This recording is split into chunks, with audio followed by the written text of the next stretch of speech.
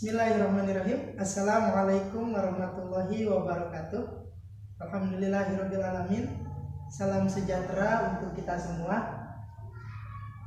Alhamdulillah, pada kesempatan kali ini insyaallah kita akan kembali melanjutkan pembahasan kita pada materi pelajaran biologi. Baik, untuk bab selanjutnya yaitu adalah tentang ekosistem. Ya, kita langsung mulai saja. Berbicara tentang ekosistem, pasti kalian sudah pernah mempelajarinya, baik itu di tingkat SMP atau MTS ataupun di tingkatan sekolah dasar atau MI. Ya. Jadi kalau kita berbicara tentang ekosistem, tentunya ada ilmu yang mempelajari tentang ekosistem itu sendiri. Pasti pernah dengar dan pernah mempelajari pada semester 1 kemarin, yaitu istilah ekologi. Ya. Ekologi. Ya. Pasti masih ingat ya, ekologi itu apa? Ekologi itu saya kembali ulas. Ekologi itu adalah cabang ilmu biologi yang mempelajari interaksi antara makhluk hidup dengan lingkungannya. Atau bisa dikatakan juga boleh diurai. Ekologi terdiri dari dua kata, eikos dan logos. Eikos itu rumah tangga, logos itu adalah ilmu. Maksudnya gimana? Ilmu yang mempelajari rumah tangga kan? Ya betul. Ilmu yang mempelajari rumah tangganya makhluk hidup. Tentunya yang berhubungan dengan makhluk hidup yang secara luas. Antara makhluk hidup dengan lingkungannya. Ya, saya ulangi, ekologi adalah cabang ilmu biologi yang mempelajari tentang interaksi antara makhluk hidup dengan lingkungannya. Oke, itu sekilas tentang cabang ilmu ekologi. Baik, yang akan kita bahas saya cepat saja ya, karena ini juga kalian sudah dapat insya Allah mungkin materinya. Jadi ada poin-poin penting saja yang akan saya sampaikan. Yang pertama yaitu adalah komponen penyusun ekosistem. Ya, perlu dipahami. Jadi di dalam ekosistem itu ada dua komponen yang menyusun sebuah ekosistem. Ya, jadi ada dua komponen. Yang pertama yaitu adalah komponen abiotik. Nah, mendengar kata ini pasti sudah pernah dengar dan tidak asing lagi ya. Dan yang kedua yaitu adalah komponen biotik. Komponen abiotik dan komponen biotik. Komponen abiotik, ya apa sih artinya?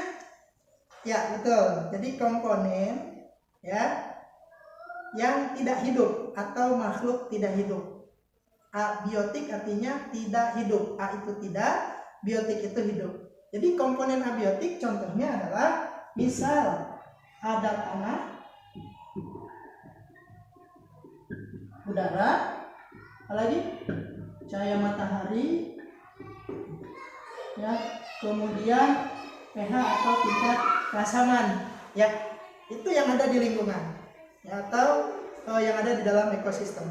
Yang kedua, komponen yang kedua yaitu adalah komponen biotik atau komponen hidup, bisa dikatakan juga adalah makhluk hidup, ya.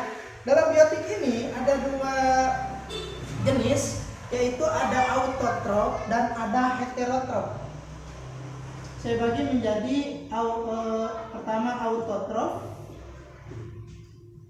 dan heterotrof. Mudah sekali ya, istilah-istilah ini sering kalian dengar ya.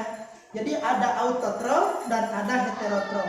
Autotrof adalah makhluk hidup yang bisa membuat makanannya sendiri, ya, atau bisa juga dikatakan sebagai produsen. Jenis makhluk hidup yang bertindak sebagai produsen, tahu? Ya, betul. Ya, produsen itu adalah tumbuhan, karena dia bisa membuat makanannya sendiri, sehingga dia dikatakan sebagai makhluk hidup produsen. Yang kedua heterotrof atau tidak bisa membuat makanan sendiri dan bergantung kepada produsen tentunya. Ya, ada dua, ada konsumen dan ada juga dekomposer atau nama lainnya adalah pengurai. Ya, dua jenis ini disebut sebagai heterotrof. Konsumen, ya, kita tahu konsumen itu biasanya tingkatannya ada konsumen 1, 2, 3, 4 dan seterusnya sampai dia mati dan kemudian nanti diurai oleh dekomposer. Ya, tentunya di dalam konsumen ini juga ada nama-namanya ya. Ya, pernah dengar pasti ada herbivora atau pemakan tumbuhan, biasanya disebut juga sebagai konsumen 1 karena dia memakan produsen. Dan konsumen 1 ini biasanya juga akan menjadi makanan dari konsumen kedua.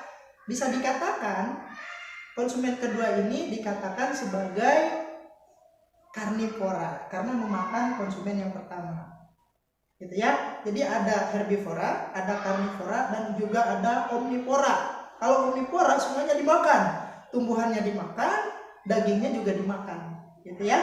Oke, udah jelas ya. Nah, kalau dekomposer pengurai banyak, ada yang disebut dengan detritivore ya, atau juga disebut sebagai dekomposer itu sendiri. Intinya dua-duanya adalah pengurai. Pengurai itu adalah menguraikan zat atau makhluk hidup lain yang sudah mati, kemudian dia urai. Misalnya ada bakteri, ada jamur ya, ada kluing, ada lipan, ada kecoa. Mereka disebut sebagai detritivore atau juga dekomposer. Oke? Ya, itu adalah komponen penyusun ekosistem, biotik dan abiotik. Yang selanjutnya, poin yang selanjutnya yang akan saya sampaikan yaitu satuan penyusun ekosistem. Satuan penyusun ekosistem. Ada apa saja satuan penyusun ekosistem? Pasti sudah pernah dengar. Saya suka menyingkatnya sebagai Infocom Ecobi. Infocom Ecobibi gitu ya. Untuk mengingat saya suka kasih clue-clue ya atau singkatan-singkatan. Infocom, in-nya individu. Apa itu individu? Satu makhluk. Ya. Satu makhluk hidup namanya individu. Kayak saya nih, seorang sendirian lagi di sini. Ini namanya satu individu. Ya, satu individu, satu kucing, satu meong, satu anjing, satu monyet, satu keledai, satu jerapah, satu tanaman kangkung, satu tanaman jambu ya, itu namanya satu individu. Ya, itu disebut sebagai individu. Satu makhluk hidup dikatakan individu. Yang kedua, populasi. Ya, populasi apa sih artinya? Kumpulan dari individu yang sejenis yang hidup di suatu wilayah tertentu dan bersifat fertil atau bisa menghasilkan keturunan. Saya ulangi, populasi itu adalah kumpulan satu jenis individu yang menetap di wilayah tertentu dan biasanya bersifat fertil atau bisa menghasilkan keturunan. Ya, misal di dalam ruangan ini ada sekumpulan atau ada 5 kambing, ya, maka 5 kambing itu disebut sebagai populasi. Atau ada 5 gajah atau ada 10 macan di sini. Nah, 10 macan itu disebut sebagai populasi, kumpulan individu yang sejenis. Dan kalau dia kawin, dia akan menghasilkan keturunan. Oke? Yang ketiga itu disebut sebagai ya, komunitas. Apa arti dari komunitas? Komunitas itu adalah kumpulan dari populasi yang hidup di wilayah tertentu dalam satu tempat. Kumpulan dari beberapa populasi yang hidup dalam satu waktu di suatu tempat. Misal tadi contohnya ya, ada 5 kambing di sini, kemudian masuk 5 gajah, masuk lagi 5 rusa, masuk lagi 10 anjing di sini. Nah, itu dikatakan sebagai komunitas karena ada beberapa populasi. Ya, saya lanjutkan. Yang keempat, ada istilah ekosistem itu sendiri. Apa itu ekosistem? Ekosistem adalah hubungan timbal balik antara komponen abiotik dengan biotik atau biotik dengan abiotik. Saya ulangi, interaksi atau hubungan timbal balik antara komponen biotik dengan abiotik namanya ekosistem. Ya, begitu. Selanjutnya ada bioma. Lebih luas lagi nih ya. Bioma itu apa sih artinya? Bioma itu adalah area di permukaan bumi ya dengan kondisi lingkungan dan organisme yang mirip. Area di permukaan bumi dengan kondisi lingkungan dan organisme yang mirip. Ada dua jenis bioma, yaitu ada terestrial dan ada akuatik. Terestrial ini akuatik. Terestrial ini disebut sebagai bioma darat, ya, bukan buaya darat. Bioma darat. Bioma darat ini misalnya adalah gurun, padang pasir, savana, stepa, ya, hutan hujan tropis. Itu adalah bioma terestrial. Sedangkan untuk bioma akuatik adalah bioma air, ya. Ada dua jenis, ada tiga, ada air tawar, ada air asin, dan ada air payau, perpaduan antara asin dan tawar. Oke, satu lagi saya jelaskan, yaitu biosfer. Biosfer ini artinya adalah seluruh ekosistem yang ada di permukaan bumi. Intinya bumi itu sendiri disebut dengan biosfer. Ya, saya jeda dulu sebentar karena kita ada azan maghrib. Ya. Terima kasih.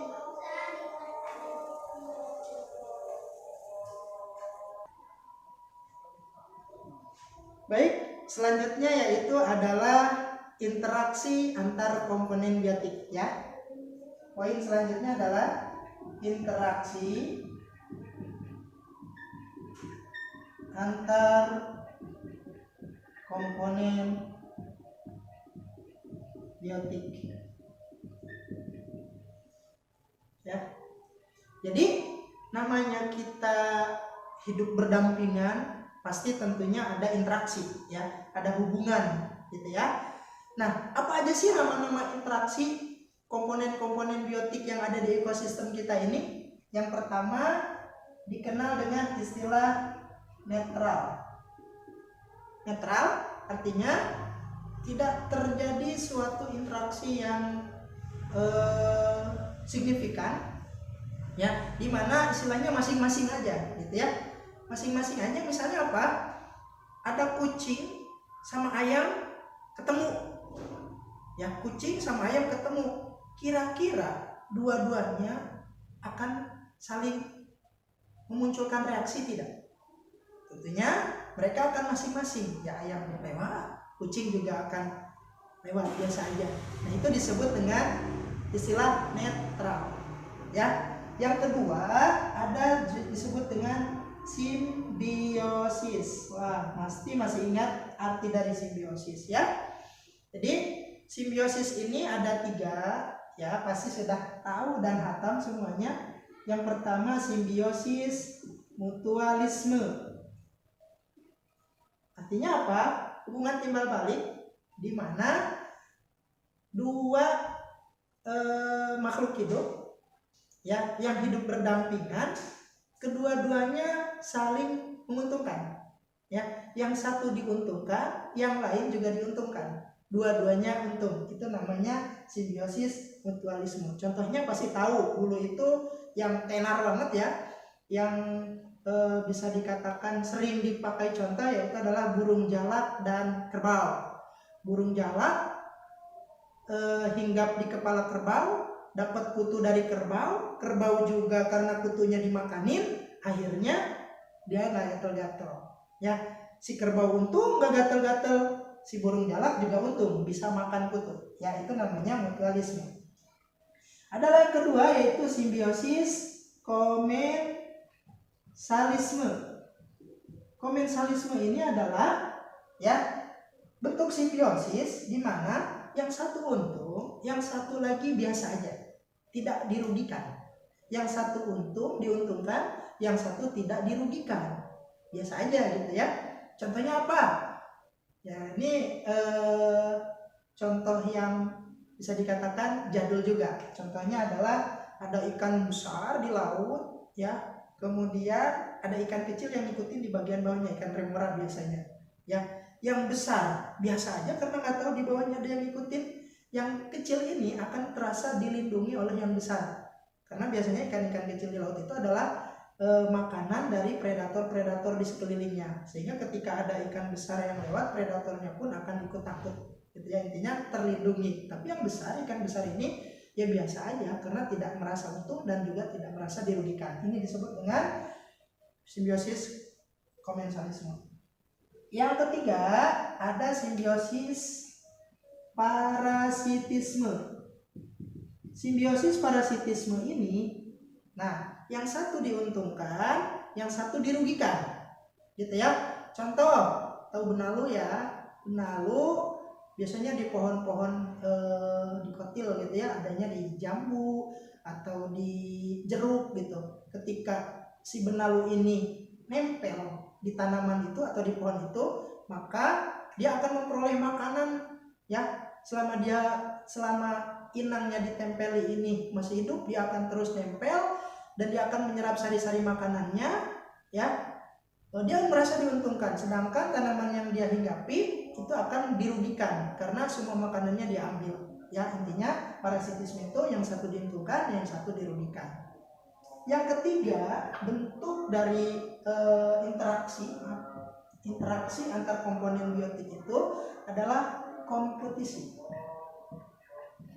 Tahu ya, kompetisi itu ya artinya ya bersaing, gitu ya. Persaingan memperebutkan makanan atau persaingan memperebutkan pasangan.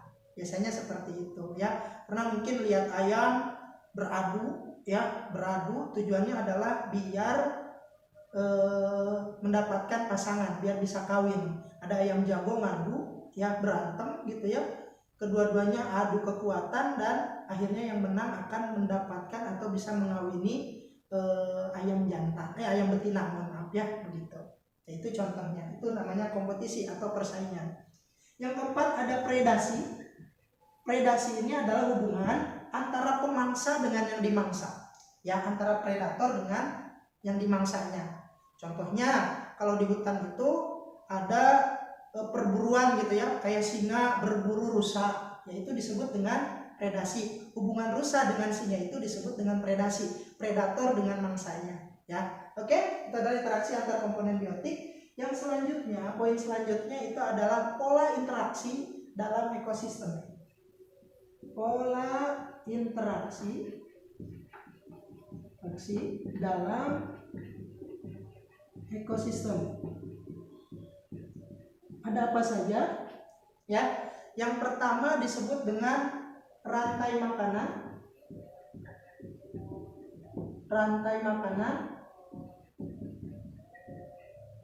Dan jaring makanan. Pasti masih ingat ya, rantai makanan itu biasanya dalam satu jalur gitu ya. Misal padi dimakan tikus dimakan ular gitu ya.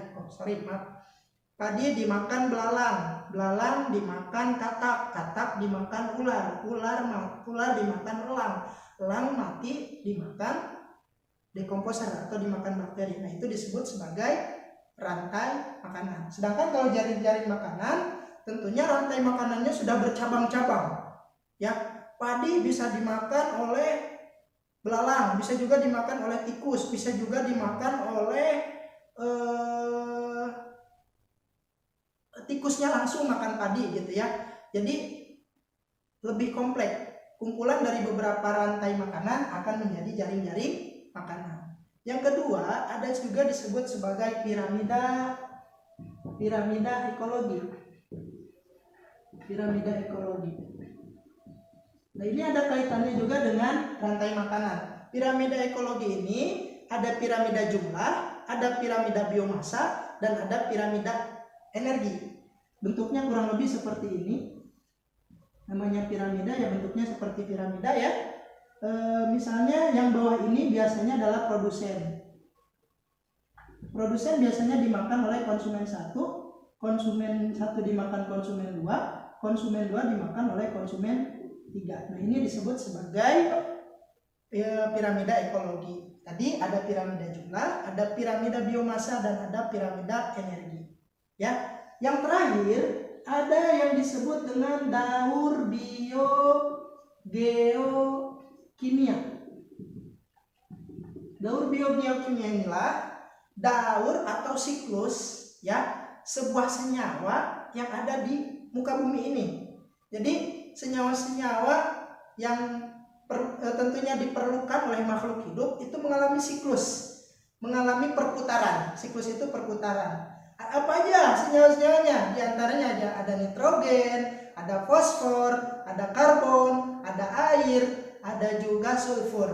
Jadi kurang lebih ada 5 senyawa yang masuk ke dalam daur biogeokimia.